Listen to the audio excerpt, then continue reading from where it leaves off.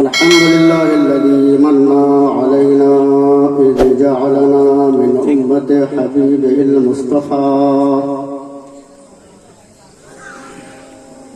الذي لا هيد له ولا جهد له ولا كافية له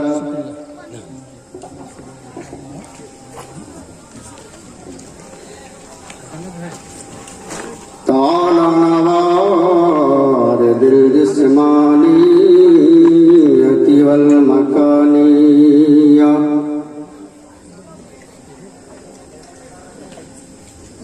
والبشرية والحيوانية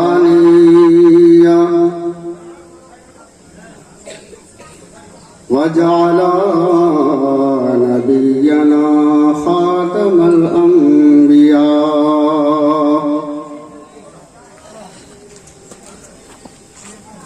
الصلاة والسلام على سيد الراشدين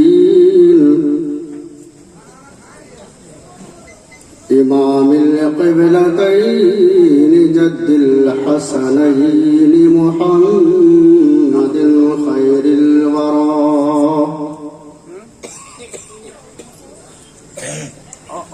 وعلى آله الطاهرين وصحابه الراشدين المتأدبين كثيرا إلى يوم اللقاء.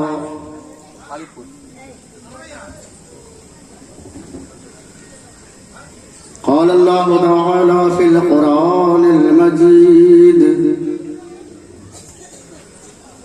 أعوذ بالله من الشيطان الرجيم بسم الله الرحمن الرحيم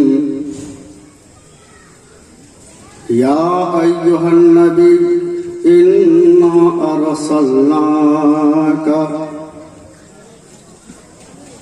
صدق الله مولانا العظيم صدق رسوله النبي الكريم ونحن على ذلك لمن الشاهدين والشاكرين والحمد لله رب العالمين. قال الله تعالى في شان حبيبه الكريم إن الله وملائكته يصلون على النبي يا أيها الذين آمنوا صلوا عليه وسلموا تسليما. درود شریف پڑھیے. اللهم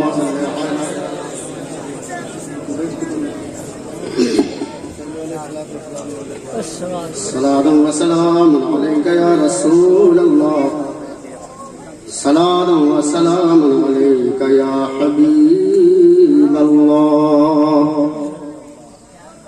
حضرات، بہت دیر سے نعت خوانی ہو رہی ہے.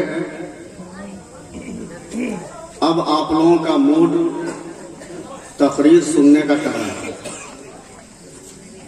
اور باہر سے آئے ہوئے ایک عظیم خطیب جن کا دورہ آج کل پورے ہندوستان میں ہو رہا ہے، ہم تمامی حضرات انشاءاللہ دل جمعی کے ساتھ ان کی خطابت سماعت کریں گے. ہمارے اسٹیج پر بہت سارے علماء تشریف فرما ہیں اور سب لوگ اپنا اپنا ایک مقام رکھتے ہیں.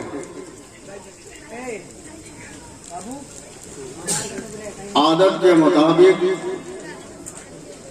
2 سے 3 شعر پہلے نعت پاک کے سنیے، پھر کچھ باتیں آپ کو سناؤں گا. ہم لوگ تو لوکل آدمی ہیں، لوکل سے سنتے رہتے ہیں، گرو جوار کے ہیں. ایک بار بول دیجئے سبحان اللہ.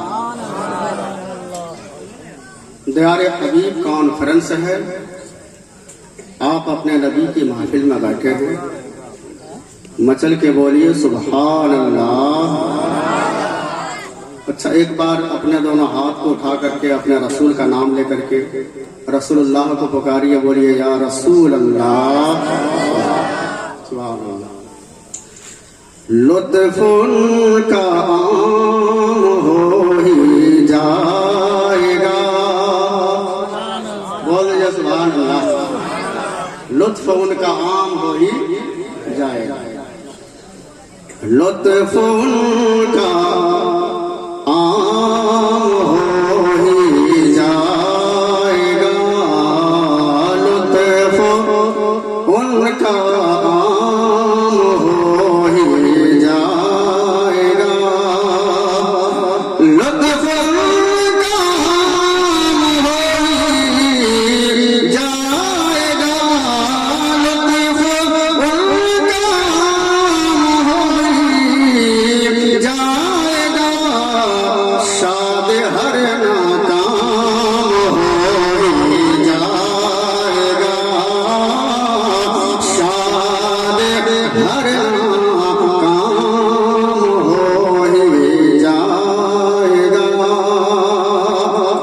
اور جان دے دو وعدہ دیدار پر، جان دے دو وعدہ دیدار پر، جان دے دو وعدہ دیدار پر، نقد اپنا دام ہو ہی جائے گا، نقد اپنا دام ہو ہی جائے گا،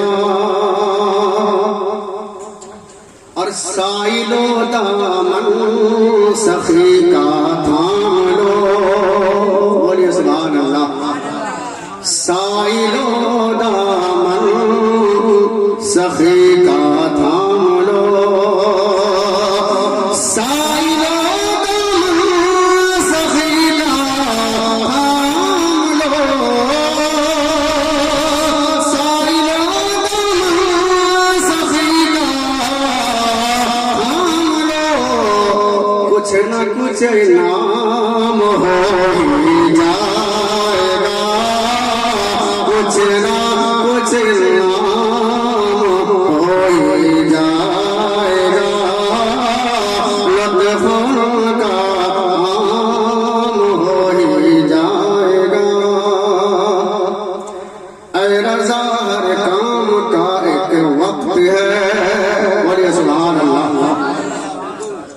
اے رضا ہر کام کا ایک وقت ہے، اے رضا ہر کام کا ایک وقت ہے، اے رضا ہر کام کا ایک وقت ہے، دل کو بھی آرام ہو ہی جائے گا، دل کو بھی آرام ہو ہی جائے گا، لطف ان کا عام ہو ہی جائے گا۔ پڑھیے درود شریف، اللہم صلی علی محمد بارک وسلم،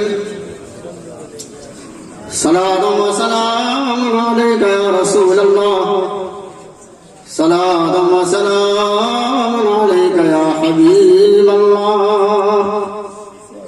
اللہ رب العزت کو تمام عبادتوں میں سب سے زیادہ جو عبادت پسند ہے وہ کیا ہے معلوم ہے؟